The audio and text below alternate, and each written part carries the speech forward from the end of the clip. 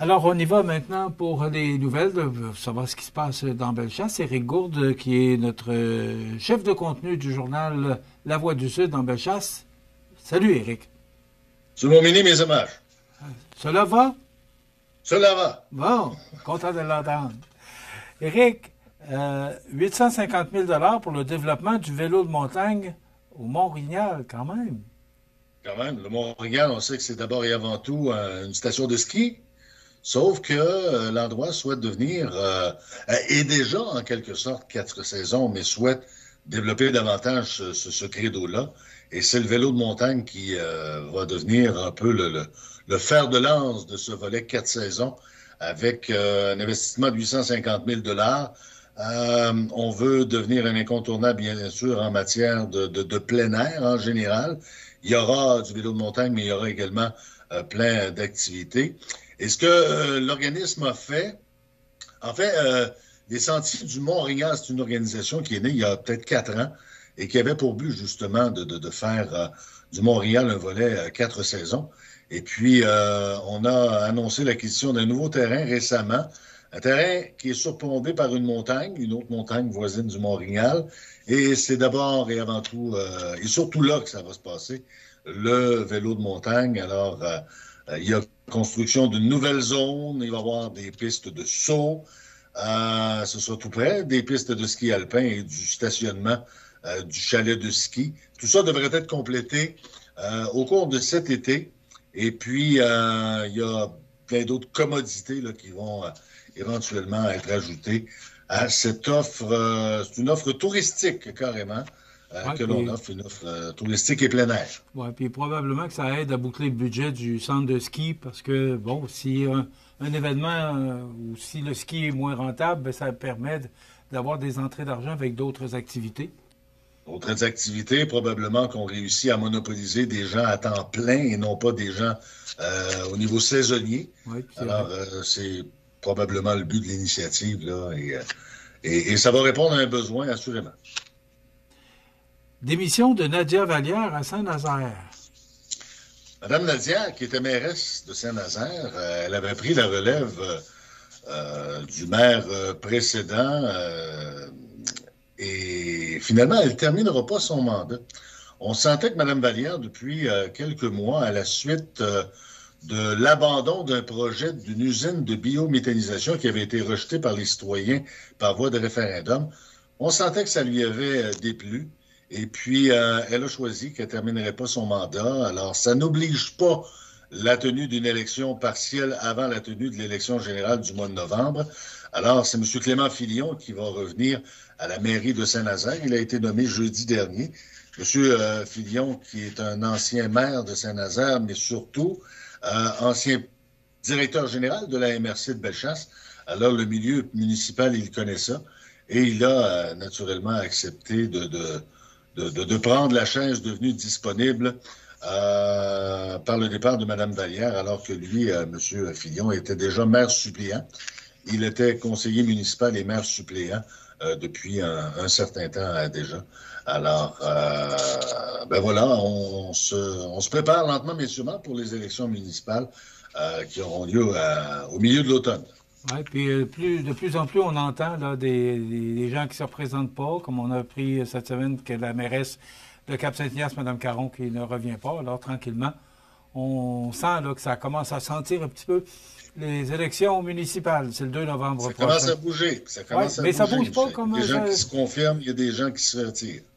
Ça bouge pas comme ça devrait bouger. On est quand même rendu au mois de juin. Les élections on est assez tôt, je trouve, Michel. Il y a des gens qui se positionnent quand même assez rapidement, là. Ça n'a pas toujours été le cas. Et généralement, on pouvait entendre que des gens allaient mûrir leur réflexion au cours de l'été.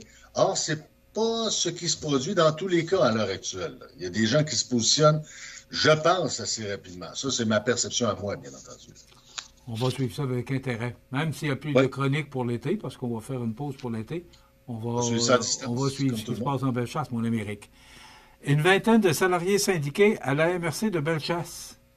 Oui, ce sont une vingtaine d'employés, des gens qui sont affectés au lieu d'enfouissement technique, le site d'enfouissement, si vous préférez, là, à Arma. Le site est opéré par la MRC de Bellechasse, bien entendu.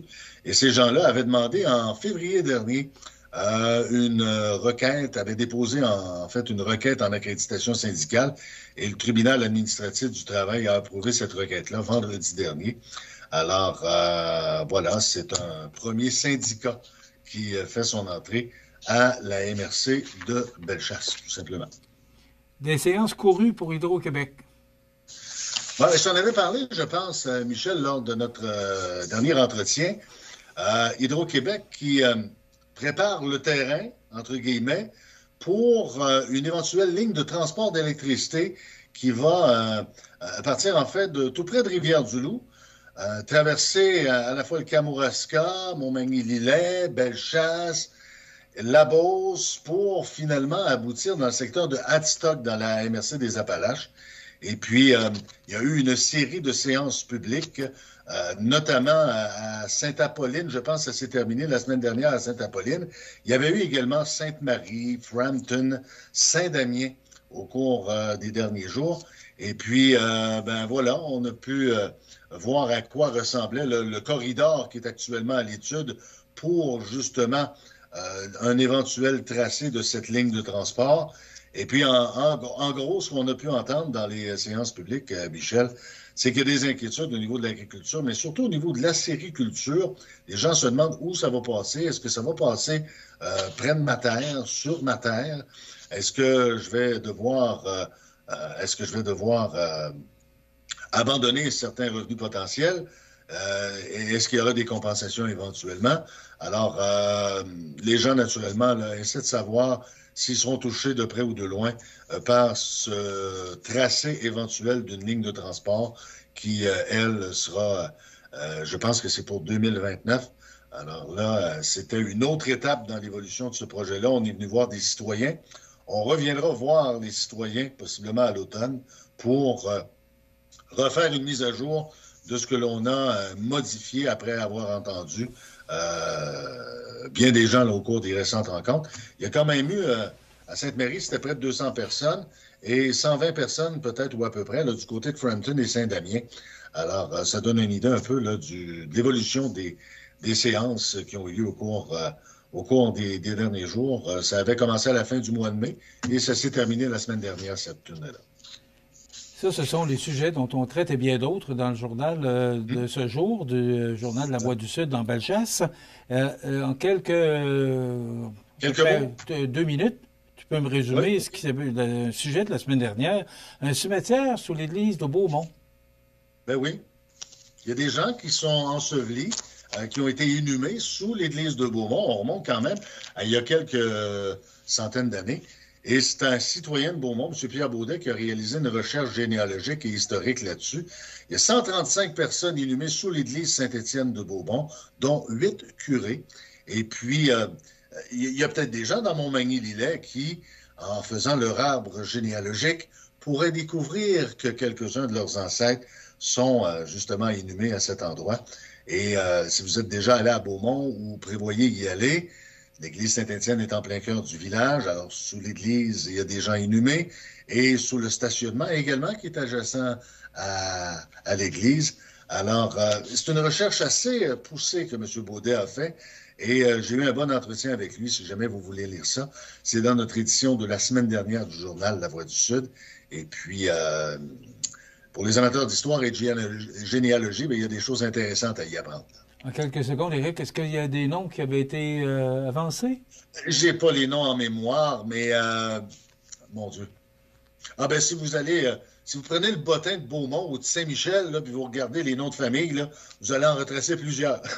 Ça, c'est certain. OK, mais quand même. Ça fait plus de 100 ans qu'ils sont J'aurais dû faire mon sous devoir l'église. là-dessus, sachant que tu allais me le demander, mais j'ai oublié de le faire. Je m'en excuse.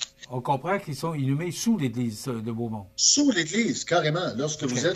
vous assistez à une célébration eucharistique à l'église de Beaumont, surtout si vous êtes dans les rangées à l'avant, il y a des gens sous vos pieds. Eh bien, alors tout ça, Ouais. on parle de ça dans le journal La Voix du Sud de Bellechasse. Ben, écoute, il nous reste une chronique, celle du 25 juin, parce que le 24, on est en congé. Alors, il y en aura une le 25 juin, puis après ça, on va te laisser aller au soleil, prendre des couleurs. Ben, t'en as déjà pas mal. Puis, Du soleil. ouais, Du soleil. c'est- Où ça, du soleil? Est-ce qu'il y en a plus dans Bellechasse que dans Montmagny-L'Idée? Ah, pas sûr, Michel, vraiment pas. Écoute, mon ami, on se retrouve le 25 juin. Merci. Et je vous Merci. rappelle que tous ces sujets et bien d'autres dans le journal La Voix du Sud ou encore lavoixdusud.com. Merci, Éric. Voilà. Éric Merci. Gault, qui est journaliste pour le journal La Voix du Sud. Donc voilà, ça complète.